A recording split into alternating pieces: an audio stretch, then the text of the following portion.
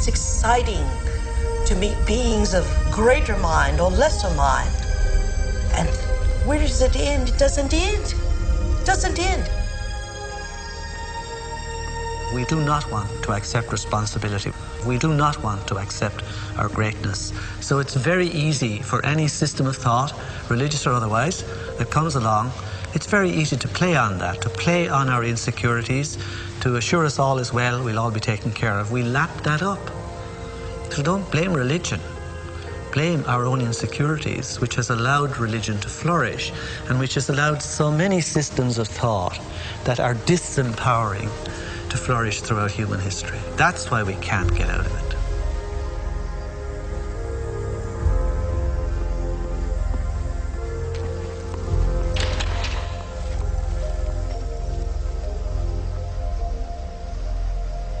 I now present to you Mr. and Mrs. Richard Buck Filipowski.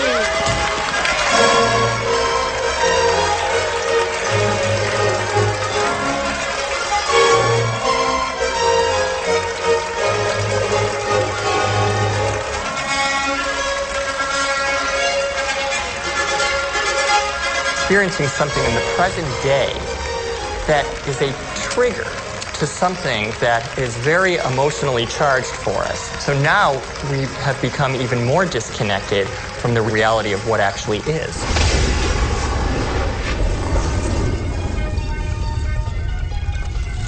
The new dream, like a thunderstorm in our brain, and its electrical strikes through our synaptic skies to the earth of our being, creates a chemical cascade in our body that prepares our body for conquest, achievement, a relishing experience emotionally. But we would have no conquest. Indeed, we would have no relishment if we had not first had that hologram and those chemicals that made us, or rather changed us, from being fearful entities into fearless entities after a dream.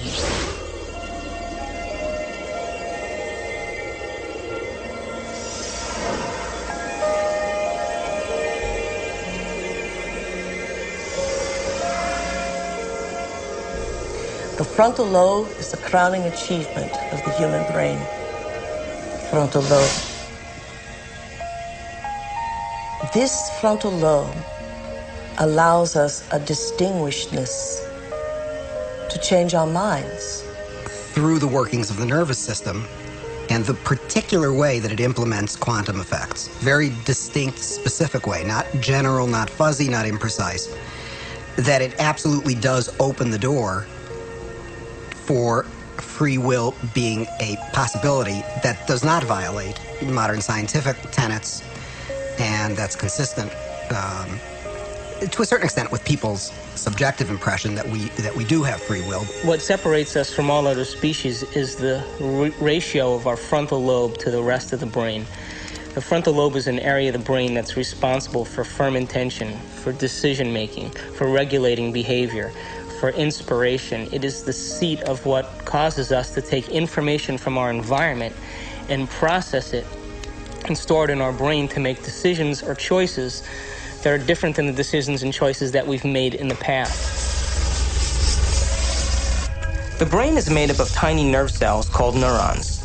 These neurons have tiny branches that reach out and connect to other neurons to form a neural net.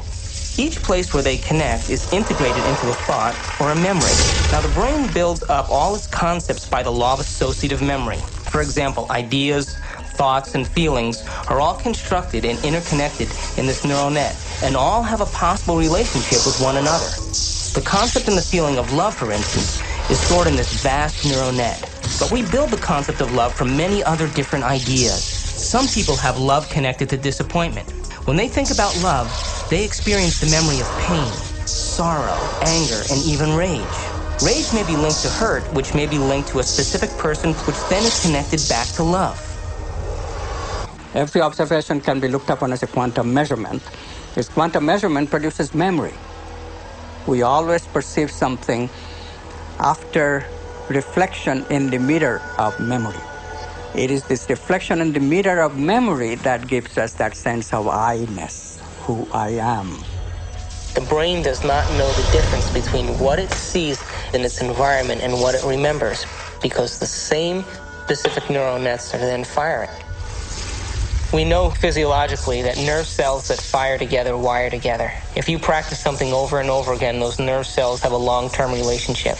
If you get angry on a daily basis, if you get frustrated on a daily basis, if you suffer on a daily basis, if you give reasons for the victimization in your life, you're rewiring and reintegrating that neural net on a daily basis, and that neural net now has a long-term relationship with all those other nerve cells called an identity. We also know that nerve cells that don't fire together no longer wire together. They lose their long-term relationship because every time we interrupt the thought process that produces a chemical response in the body, every time we interrupt it, those nerve cells that are connected to each other start breaking the long-term relationship. If we practice our mental rehearsal and our skill in being able to do it will show that certain brain circuits will grow as a result of our effort. It'll get easier to do, in other words. If we accept that idea, then it will allow us to go back the next day and do it with more certainty and with more acceptance. That in itself is no different than praying. You see, there's no religious text that says thought doesn't matter. There's no religious text that doesn't say your prayer and your intention shouldn't be answered by God. But explaining how that happens is what quantum physics and the observer is all about. But still, when we can make thought more real than anything else, our brain is designed to do that. The frontal lobe, with its enormous space, is the altar in which we place a thought. And it gives us the permission to hold a thought for an extended period of time, and it lowers the volume to the external stimuli. We lose track of time and space. That's the moment we're stepping into the quantum field. That's the moment that now we're making thought more real than anything else. We are physically, chemically, emotional human beings. That's not a bad thing. It only becomes a limitation when we keep accessing those same emotions and those same attitudes on a daily basis and go nowhere in terms of our change or evolution in our life.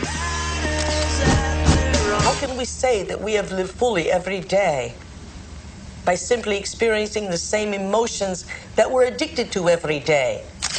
What we're actually saying is, I have to reconfirm who I am, and my personality is, I have to do this, I have to go here, I have to be that.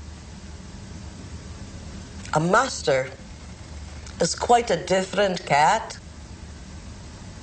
It is one that sees the day as an opportunity in time to create avenues of reality and emotions that are unborn, of realities that are unborn, that the day becomes a fertilization of infinite tomorrows.